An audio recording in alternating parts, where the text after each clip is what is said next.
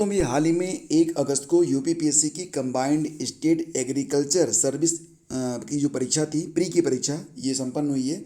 तो यहाँ पर जो 40 प्रश्न जीएस के पूछे गए थे, ये बहुत ही इंपॉर्टेंट है फॉर एवरी अपकमिंग एग्जाम्स। अगर आप पेट की तैयारी कर रहे हो या फिर आप यूपीपीसीएस दे रहे हो, आरओ दे रहे हो, तो जितनी भी परीक्षाएं होने वाली हैं उसमें ये प्रश्न बहुत ही इंपॉर्टेंट है।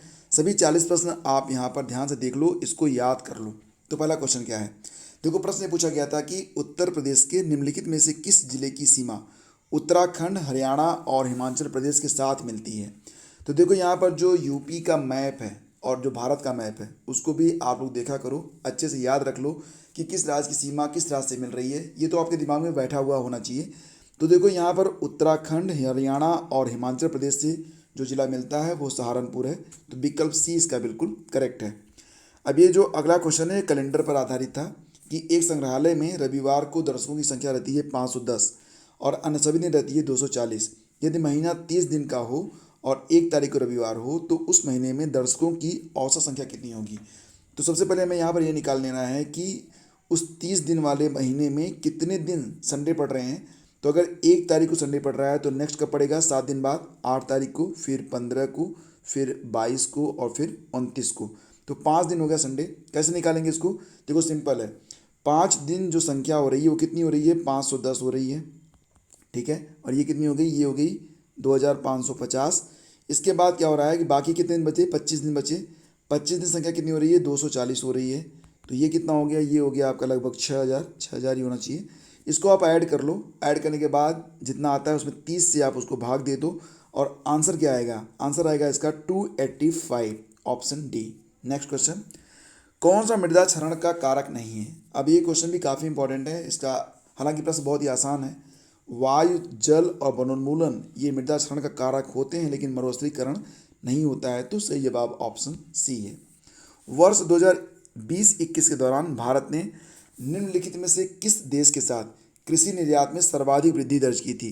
कृषि निर्यात के साथ सर्वाधिक वृद्धि दर्ज की गई थी इंडोनेशिया के साथ। विकल्प ए यहाँ पर सही है। करंट अफेयर का क्वेश्चन है, बहुत इंपॉर्टेंट है। एक जिला एक उत्पाद योजना के अंतर्गत लकड़ी के खिलौने बनाने के लिए उत्तर प्रदेश में निम्नलिखित जिलों में से किसको चुना गया था। देखो प्रश्न क्या है, लकड़ी पर चित्रकारी अगर होता, ठीक है, तो वो हो जाता सहारनपुर। लेकिन यहाँ पर प्रश्न क्या है, लकड़ी के खिलौने, और ये कहाँ पर बनते हैं, ये चित्रकूट पे बनते हैं। तो विकल्प ए आपका जो है यहाँ पर ये बिल्कुल सही है। इस पर आप लोग बिल्कुल फोकस रहना। और वन डिस्ट्रिक्ट वन प्रोडक्ट के अंतर्गत मैंने आप लोगों से कहा भी था कि अपने ज़िले का जो उत्पाद है उसको भी याद रखो और जो महत्वपूर्ण उत्पाद हैं उसको भी याद रखो, क्योंकि इससे क्वेश्चन बन रहा है, आप खुद ही देख रहे हो। वर्ष 2021 में क्रिकेटर सुरेश रैना की आत्मकथा निम्नलिखित में से किस नाम से प्रकाशित की गई है।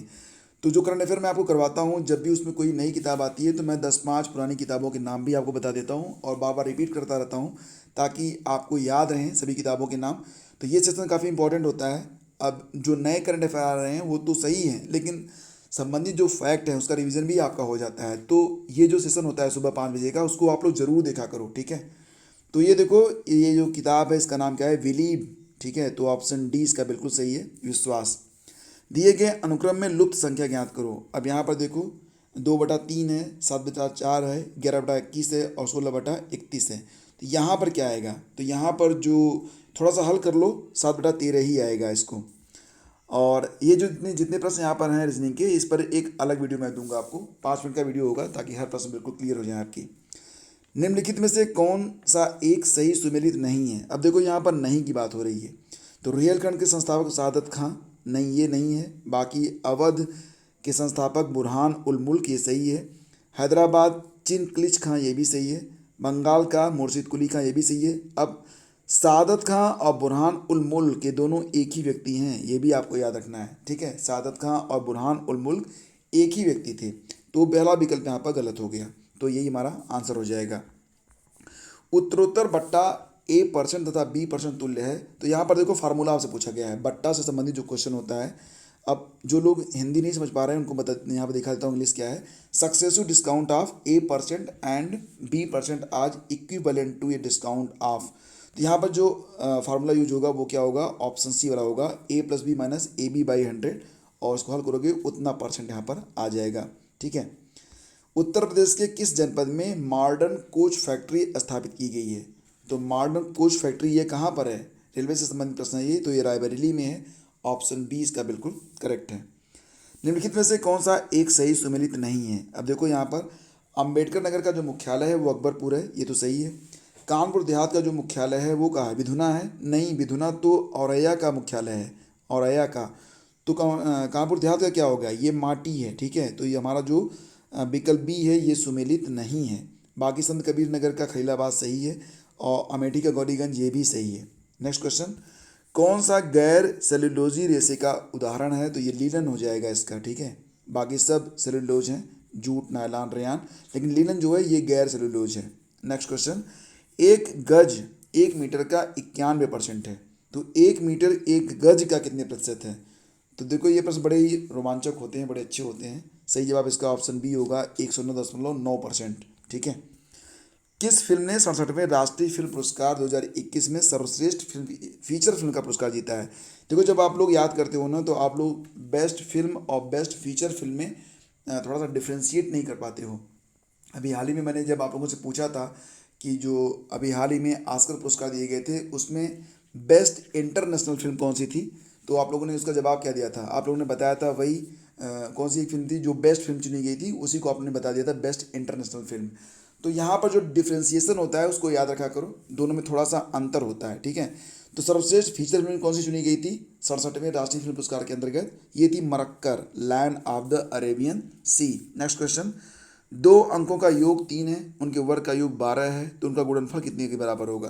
तो सीधा है, 2 अंकों का योग मतलब a प्लस बी है, यहाँ पर कितना है, ये 3 हो जाएगा। ए स्क्वायर प्लस बी स्क्वायर हो गया 12, बस इसको हल कर लो, ये आंसर आएगा -3/2। निम्नलिखित में से किसने 1890 में इंडियन सोशल रिफॉर्मर को आरंभ किया था, तो ये थे आईसी विद्यासागर, ईश्वरचंद्र विद्यासागर, विकल्प ए इसका बिल्कुल करेक्ट है। भारतीय संविधान का 100वां संशोधन किससे संबंधित है, देखो ये काफ़ी इंपॉर्टेंट है। अभी हाल ही में जो भारतीय संविधान में संशोधन हुए हैं उसमें से क्वेश्चन जरूर बनेगा। तो जो 100वां संशोधन है वो जुड़ा हुआ था किससे, बांग्लादेश के साथ भूमि सीमा समझौता से। तो ये 100वां संशोधन है। 101वां वाला जो था वो जीएसटी से था, ठीक है। तो ये दोनों आपको याद रखना है। सही आंसर आपका ऑप्शन बी है, बांग्लादेश के साथ भूमि सीमा समझौता से। अगला प्रश्न क्या है, विश्व स्वास्थ्य संगठन द्वारा कोरोना वायरस के यूनाइटेड किंगडम संस्करण को क्या नाम दिया गया है। तो देखो जो कोरोना वायरस है उससे संबंधित क्वेश्चन भी बन रहे हैं, तो जितने टीके बन रहे हैं, जितने कंट्रीज में जो जो टीके बन रहे हैं उसके नाम भी याद रखना, और जो वर्जन आ रहा है वो भी याद रखना। तो देखो क्वेश्चन क्या है, विश्व स्वास्थ्य संगठन यानी कि WHO के द्वारा कोरोना वायरस के यूनाइटेड किंगडम संस्करण को नाम दिया गया था अल्फा, ठीक है। अगर बीटा वर्जन के बारे में बात करें तो जो साउथ अफ्रीका में मिला था ना उसको कहा गया था बीटा वर्जन। गामा वर्जन जो ब्राज़ील वाला था उसको कहा गया था। अब जो चल रहा है नेक्स्ट वाला, मतलब अभी आने वाला है अपकमिंग, ये डेल्टा वर्जन है। और शुरुआत तो हो ही चुकी है, आप देख ही रहे हैं। तो मैं बार बार कहता हूँ कि आप अत्यधिक सावधान रहें, बहुत ही बचा के रहें। लोकसभा में आंग्ल भारतीय रेड इंडियन समुदाय के सदस्यों के लिए आरक्षित सीटों की संख्या 2 होती है, ठीक है। मैं कई बार बता चुका हूँ, विकल्प सी इसका बिल्कुल करेक्ट है। रॉकेट जो होता है ये किस सिद्धांत पर काम करता है, तो ये संवेग संरक्षण पर काम करता है, ठीक है। ऑप्शन बी इसका बिल्कुल करेक्ट है। साइंस से भी अच्छे क्वेश्चन यहाँ पर देखो पूछे जा रहे हैं। अब आ गया है आपका इंडियन ज्योग्राफी आ गई। कौन सी झील 2 भारतीय राज्यों की साझेदारी में है, तो कौन सी झील है जो कि 2 भारतीय राज्यों की साझेदारी में है, तो ये पुलिकट झील है, ठीक है। ऑप्शन बी इसका बिल्कुल सही है, पुलिकट झील। राष्ट्रीय पर्यावरण इंजीनियरिंग अनुसंधान संस्थान, इसको नीरी भी आप कहते हो। अगर देखो क्वेश्चन आ जाता कि नीरी कहाँ पर स्थित है तो आप बहुत जल्दी बता देते कि नागपुर में, लेकिन इसकी हिंदी भी याद रखो, राष्ट्रीय पर्यावरण इंजीनियरिंग अनुसंधान संस्थान ये नागपुर में स्थित है। और ये क्वेश्चन मुझे लगता है कि अगर पिछले 15 साल के क्वेश्चन पेपर आप देखोगे तो 7-8 बार तो पूछा गया है यूपीपीएससी के अलग अलग क्वेश्चन पेपर में। निम्नलिखित में चित्रों में लुप्त संख्या कौन सी है। अब इसको देखो, इसके पैटर्न पर यहाँ पर क्या होगा ये आपको बताना है। सिंपल सा है, देखो कैसे है। 4 का मतलब ये हो गया 2 का स्क्वायर, 16 का मतलब ये हो गया, ये कितने का हो गया 4 का स्क्वायर हो गया, ये 3 का स्क्वायर हो गया, और ये 5 का हो गया। सबको जोड़ दिया, 5 3 8, 4 12 और 2 14, 14 हो गया। अब देखो 9 हो गया, 3 का स्क्वायर हो जाएगा 49, 7 का हो जाएगा, 36 किसका हो जाएगा 36 हो जाएगा, 6 का, और एक 1 का ही रहेगा। तो 6 1 7, 7 14, 14 3 17। तो सही विकल्प ऑप्शन ए हो गया आपका। निम्नलिखित में से कौन सा नीति आयोग के 7 स्तंभों में शामिल नहीं है। अब ये जो क्वेश्चन है ना मुझे थोड़ा सा कंफ्यूज कर रहा है। नीति आयोग के 7 स्तंभों में शामिल नहीं, तो ये क्वेश्चन मैं आपको आंसर करूंगा नेक्स्ट करंट अफेयर का जो वीडियो होगा उसमें, ठीक है। तो करंट अफेयर आप लोग देखते रहिए, उस पर मैं इसको आंसर कर दूंगा। वैसे मुझे लगता है कि सही जवाब इसका ऑप्शन ए और डी में से एक होना चाहिए, थोड़ा सा कन्फ्यूज हूँ। आगे बढ़ते हैं। उत्तर प्रदेश में कृषि के महत्वपूर्ण सूक्ष्म जीवों का राष्ट्रीय ब्यूरो कहाँ पर स्थित है? जितने भी उत्तर प्रदेश में संस्थान हैं वो कहाँ पर स्थित हैं, ये जबान पर आपके रटा हुआ होना चाहिए। For UPPSC, UP triple SC, all exams. और देखो यहाँ पर क्या है, कृषि के महत्वपूर्ण सूक्ष्म जीवों का राष्ट्रीय ब्यूरो ये कहाँ पर स्थित है? तो ये गाजियाबाद में मिलेगा आपको, ऑप्शन बी इसका बिल्कुल करेक्ट है। भारत का पहला नाभिकीय ऊर्जा संयंत्र कहाँ पर स्थापित किया गया है? नाभिकीय ऊर्जा संयंत्र भारत का पहला, तो ये तारापुर में था, ऑप्शन बी इसका बिल्कुल सही है। चीन के पहले मार्स यानी कि मंगल रोवर का नाम क्या है? तो याद होगा, अभी हाल ही में मैंने आपको पढ़ाया था, ये जहाँ रोंग है, ऑप्शन डी इसका बिल्कुल करेक्ट है, जहाँ रोंग। यदि ए बी के दक्षिण में है, सी बी के पूर्व की ओर है, तो ए सी के संदर्भ में किस दिशा में है? सबसे पहले तो आप ये समझो कि एक प्लस बनाओ, ये ईस्ट हो गया, ये वेस्ट हो गया, ऊपर नॉर्थ हो गया, नीचे साउथ हो गया। अब देखो यहाँ पर ए जो है बी के दक्षिण में है, मतलब अगर बी यहाँ पर है तो ए कहाँ पर है? ए यहाँ पर स्थित है, ठीक है। और अब देखो सी बी के पूर्व की ओर है, अब यहाँ पर हो गया सी, ये इसके पूर्व में है। अब ये दिशा देखो कौन सी है, तो इसको ऐसे कर लो, ये हो गया पूरब, ये हो गया पश्चिम, ये हो गया उत्तर, ये हो गया दक्षिण। ये दिशा कौन सी हो गई? ये हो गई आपकी दक्षिण पश्चिम दिशा हो गई, तो दक्षिण पश्चिम में है। तो विकल्प डी यहाँ पर जो है आपका बिल्कुल करेक्ट है। दो सूचियाँ दी गई हैं, इसको सुमेलित करना था, आपको बताना था कि सही उत्तर क्या है नीचे, क्योंकि कूट दिए गए हैं, तो इस कूट से देखो। सुरेश तेंदुलकर समिति के बारे में बात करें तो गरीबी रेखा निर्धारण किया गया था 2005 में, ये इस प्रकार से मैच होगा। एनसी सक्सेना के द्वारा ग्रामीण क्षेत्रों में बीपीएल गणना की गई थी, इस प्रकार से होगा। गरीबी का क्षमता दृष्टिकोण ये पैदा किया गया था, मतलब बताया गया था गरीबी का, अमर सेन के द्वारा। और एस आर हासिम ने क्या बताया था? शहरी क्षेत्रों में बीपीएल गणना। तो यहाँ पर क्या हो गया आपका 2 3 4 1, और ये क्रम किस में है? 2 3 4 1, ये बी में मिल रहा है, तो बी आपका आंसर है। अगला क्या होगा? उत्तर प्रदेश के निम्नलिखित में से किस जिले में संतरे का सर्वाधिक उत्पादन होता है? तो उत्तर प्रदेश में जैसे कि सबसे अधिक जो आंवला होता है वो कहाँ पर होता है? वो प्रतापगढ़ में होता है। संतरा सबसे अधिक कहाँ पर होता है? सहारनपुर में होता है। सहारनपुर तो इस बार कई बार मतलब आ रहा है, रिपीट हो रहा है, तो सहारनपुर आप लोग याद रखो। और अपने ज़िले में जो सबसे अच्छी फसल होती है, सर्वाधिक होती है, और जो वन डिस्ट्रिक्ट वन प्रोडक्ट है, वो तो आज ही ठीक से खोज के उसको याद कर लो, एग्ज़ाम के लिए बहुत इंपॉर्टेंट है। और पड़ोसी जनपदों का भी याद रखना। आपके जनपद की जो सीमा रेखा है वो जिन जिन जनपदों से मिलती है सबका याद कर डालो, ठीक है, ऐसे से याद करो। जून 2021 में इटली ने भारत में अपना पहला फूड मेगा पार्क किस स्थान पर शुरू किया था? देखो करंट अफेयर में तो सारे क्वेश्चन आते हैं, लेकिन आप लोग याद नहीं रख पाते हो क्योंकि रिवीजन नहीं होता है, तो रिवीजन का आप लोग करते रहो। फिलहाल जो इटली ने भारत में अपना पहला फूड मेगा पार्क स्थापित किया था वो कहाँ पर किया था? अब यहाँ पर देखो सही आंसर इसका ऑप्शन बी होगा, फणीधर गुजरात, ठीक है। अगला क्वेश्चन, कौन सा टोल फ्री नंबर किसान कॉल सेंटर्स के लिए आवंटित है? अब देखो 1503 क्या होता है? 1503 पर आप बीएसएनएल मोबाइल से संबंधित सेवाओं के लिए कॉल करते हो, ठीक है। 1551 ये नंबर है, ठीक है, तो बीएसएनएल से करोगे डायरेक्टली ये लग जाता है। निम्नलिखित में से एक परजीवी खाद्य श्रृंखला में संख्या के पिरामिड का आकार कौन सा होगा? तो ये उल्टा होता है, ऑप्शन डी। और कौन सा कीट नहीं है? याद रखना कि मकड़ी कीट में नहीं आती है, ठीक है। तितली, तिलचट्टा, मच्छर सब कीट हैं, लेकिन मकड़ी कीट में नहीं आती है, तो सही उत्तर इसका ऑप्शन ए है। बौद्ध साहित्य में निम्नलिखित महाजनपद काल में अवंती में कौन सा राजवंश शासन किया था? बौद्ध साहित्य में महाजनपद काल में अवंती में शासक था प्रद्योत, ऑप्शन डी इसका सही है। गायों और भैंसों में दुग्ध ज्वर रोने का कारण क्या होता है? ये जब कैल्शियम की कमी होती है, तो ऑप्शन बी इसका बिल्कुल सही है। भारत के निम्नलिखित राज्यों में से किस राज्य में क्षारीय मृदा का सर्वाधिक क्षेत्रफल है? देखो जो बात हो रही है यहाँ पर भारत के किन राज्यों में क्षारीय मृदा पाई जाती है, तो ये देखो उत्तर प्रदेश में सबसे अधिक पाई जाती है, ऑप्शन ए इसका बिल्कुल सही होना चाहिए।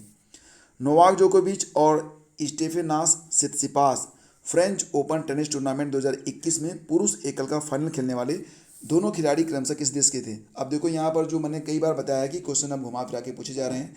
करंट अफेयर में जो क्वेश्चन मैं करवाता हूँ, स्टडी जीके का जो क्वेश्चन मैं करवाता हूँ, मैं इसी प्रकार से थोड़े से घुमा फिरा के करवाता हूँ ताकि आपको वो फैक्ट याद रहें जो कि आम लोग याद नहीं कर पाते हैं। अब भीड़ नहीं बनना है आपको भीड़ से अधिक जानना है। तो मैंने ये क्वेश्चन करवाया हुआ था, नोवाक जोकोविच तो सर्बिया के हैं, ये तो आप जानते हो, लेकिन जो रनर अप रहे थे स्टीफेनास सित्सिपास, ये ग्रीस के थे। तो ऑप्शन ए इसका बिल्कुल करेक्ट है। एक व्यक्ति एक कार को 10% हानि पर अपने मित्र को बेचता है।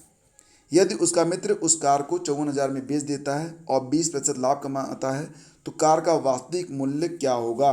तो ये होगा 50,000 रुपये। ठीक है, इसको आप लगाओगे तो हो जाएगा हल। हालांकि इस पर एक वीडियो आपको कल शाम को मिलेगी। जितने भी प्रश्न यहाँ पर रीजनिंग के हैं सारे प्रश्नों का उसमें समावेश रहेगा। कुछ अच्छे प्रश्न और कुछ और भी चीज़ें रहेंगी। लगभग 10 प्रश्न मैं आपको करवाऊंगा, जिसमें से जितने प्रश्न इसमें होंगे वो शामिल रहेंगे।